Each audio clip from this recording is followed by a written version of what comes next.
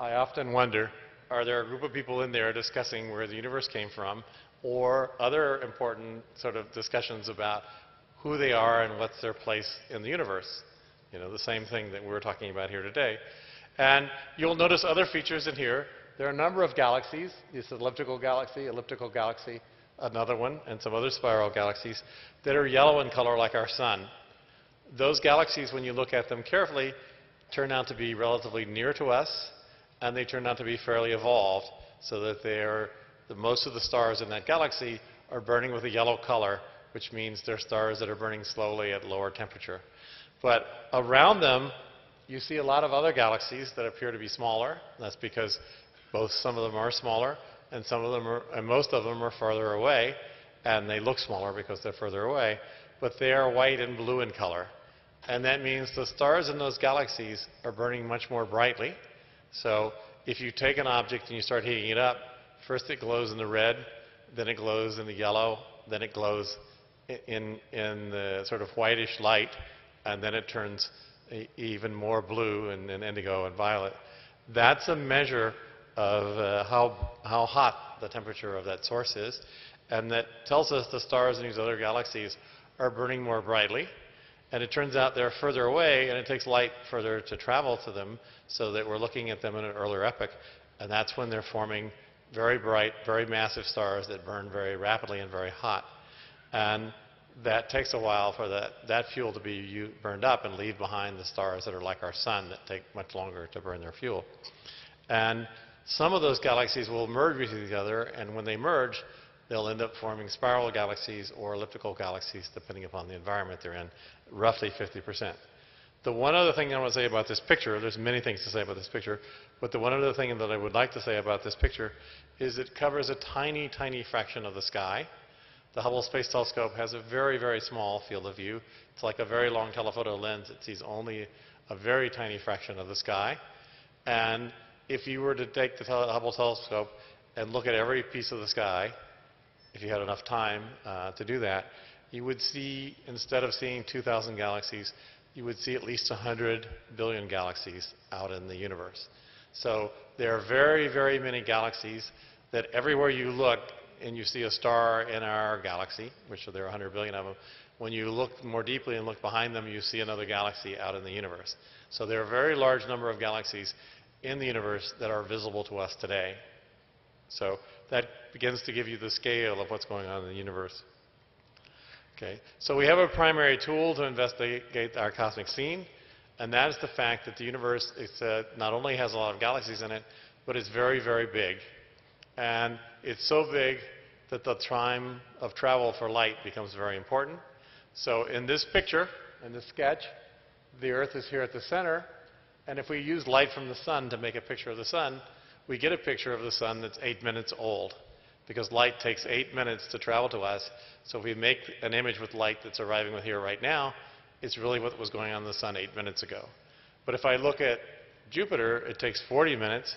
If I look at sort of the 50 nearest stars, it takes on average 10 years for the light to get here.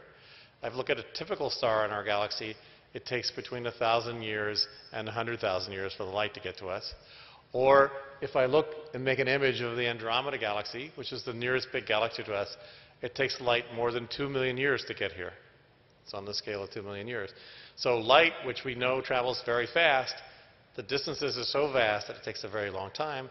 If you took a picture of the Earth 2 million years ago, there would be no lights at night, there would be no Great Wall, there would be no evidence of mankind at all.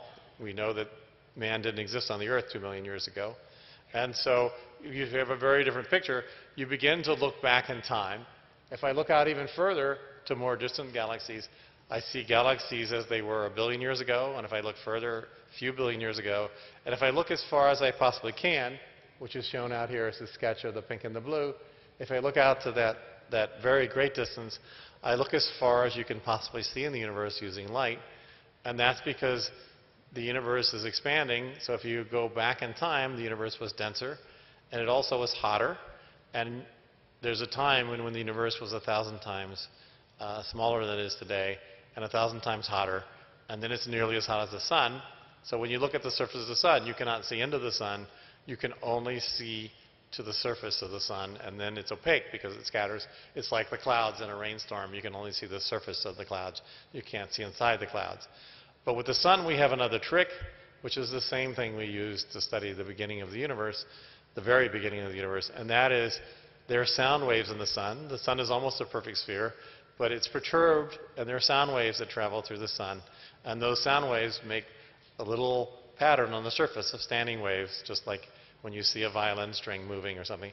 There are standing waves that go around the sun, and some of them go through the sun, and from studying the properties, we can actually use sound waves to give us information from inside the sun, the density, the temperature, and so forth.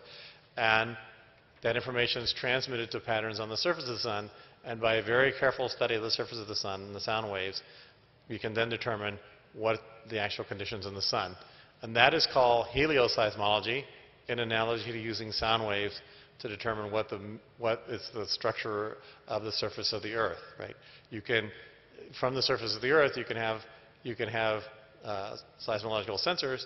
Those seismological sensors use sound waves that travel through the Earth that tell you about the underlying geology of the Earth, including the mantle and the molten core and so forth.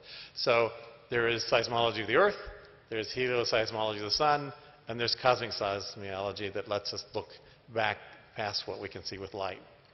So our goal in cosmology is to determine the whole history and development of the universe and to understand where it came from. We can, with very careful measurements, measure back to the time when the universe was 1,000 times smaller. That's equivalent to you as a human to a time when you were 1,000 times smaller. It would be a time when you were an embryo, a very beginning embryo. And the time in the development of the universe is very close to the time in the development of humans. That would be the equivalent of 12 hours after the conception of the human being. That's when we can get an image. And then, if we look at spheres of different radiuses, we get samples of the life history of the universe, just like if I look out at the plantation, the palm plantation, and I see a field that was planted a year ago, and then one that was 2 years ago, one that was 3 years ago, and so on for 100 years, I can see the life cycle of a palm tree, right, by just looking at different samples. So we have the hope that we can make measurements in a series of concentric spheres and get samples of the universe at different ages, and therefore trace out how the universe has developed over time. So that's one of our primary programs in cosmology, is to trace out the entire history of the universe from the very beginning to the present time. And we're making a lot of progress, and I will show you that. I have been involved for most of my career in developing the technologies and the technique, the instrumentations, and the algorithms for how to make a map of the universe at its very earliest possible time, when it's just barely an embryo, just the beginning embryo. But there are people who have been making progress of mapping the universe in this sort of region, and I will show you some of that results. And we're now embarked on programs to make maps in these intermediate regions so that we can understand what's going on. We have samples, but to make really big maps where we have good statistics, that's going to take more time. So here's the idea reinforced. We live on a spiral galaxy, and we live on a spiral arm in the spiral galaxy. So we don't live in the center of the galaxy, but we live in the disk of the galaxy. But we can look out, and as we look to bigger radiuses, we see developed galaxies, spirals and elliptical galaxies. But if you look even further out, we see galaxies that are just beginning to develop as galaxies. Some of them will merge and become the more mature galaxies and so forth. But at the very beginning, they're burning brightly and fiercely and starting to form. And later on, they go to the more slowly burning stars, and they become more like the galaxies we see around nearby. Now, I can't show you 100 billion galaxies, but we can show this ring is the beginning of space and time. This is the picture that we can make, and these little things that you see on here are the sound waves, very small variations in the early universe that lets us probe back to the beginning, but lets us predict to the future. And then there's the dark ages, and then eventually galaxies and stars start forming, and they mature and form the more mature galaxies, including our own solar system. And we're one of very, very many such solar systems and galaxies in the universe. Okay. So the probe that we use is the Relic Light that comes from the beginning of the universe. It is now in the microwave region. It started out in the light region and even more intensely further back. But when it was first released, it started out as light like sunlight. But the expansion of the universe has been a factor of 1,000 since then. And so what was visible light has now been stretched into the microwaves. Right? The wavelength has been stretched to the microwaves. So I started out developing techniques and everything, and after many years, it was developed sufficiently that we were able to win the proposal and to develop a satellite, which is the Cosmic Background Explorer satellite. And in 1992, we announced that we had found the sound waves and the ripples in the early universe, which are going to be the source of galaxies later in the universe, but also will tell us something about what the universe is made out of and how the universe itself was created at the beginning. And it was a very coarse map, and it was a very long effort, but with that discovery, we knew there was the potential. And so in 2000, we launched the next generation satellite, the Microwave Anisotropy Probe, WMAP for short. And it made better maps because it had higher resolution, because it had bigger antennas. But because we had to make sure we weren't seeing signal from our own galaxy, it gets smoothed down to an angular resolution about that. And in 2009, the launch has been delayed. We hope it will be at the end of this month. We will launch the third generation satellite, the Planck satellite, and it will have more wavelengths and much higher angular resolution and better sensitivity. And we want to make very precise maps of this very early embryo universe and get some additional information. So you see this stuff that looks like smudges, that is getting the polarization information, which will help tell us about how space and time itself were actually came into existence. So we have this series of both first ground-based and then airborne and then finally satellite-borne experiments, and there's still new generations of those being prepared. There may even be a fourth satellite depending on what we find with this satellite. And to truly understand the very beginnings, our origins, as precisely as we can. Okay, so we have come up with a model of how the universe exists that explain all our observations to date quite precisely. That is, we can do the calculations with huge computer simulations, and we are able to predict what we see to better than a 1% level. So we're beginning to be in the same regime that engineers find satisfactory, that we're able to understand things to that precision. And we have a time when the universe is so tiny and so tightly compressed and everything that quantum mechanical fluctuations are important.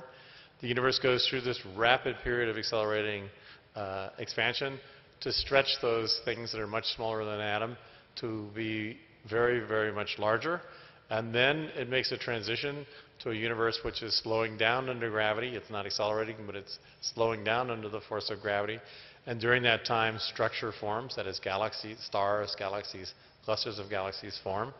And we have this cooling down when the universe becomes transparent to light, because it's like the surface of the sun. And the dark ages before the first stars form, which takes about 400 million years. And then the stars evolve and develop, and so do the galaxies merging, until in here you start getting more modern galaxies. And about here is when the solar system formed. That is when the Earth, the Sun, and the other planets are formed.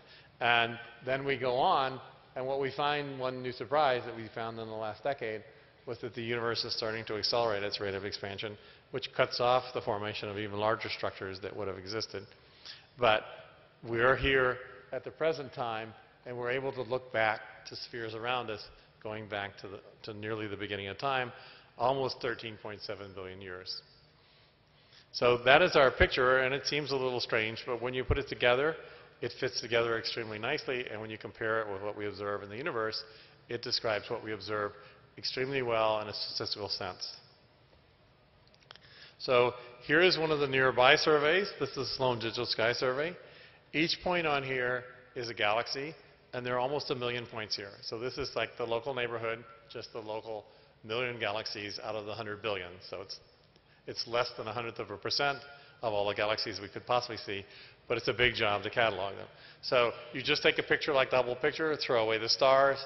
For each galaxy, you have its angle in the sky, you estimate its distance, and you plot it in 3 dimensions. And as the Earth rotates, you take a series of pictures and you get a fan across the sky.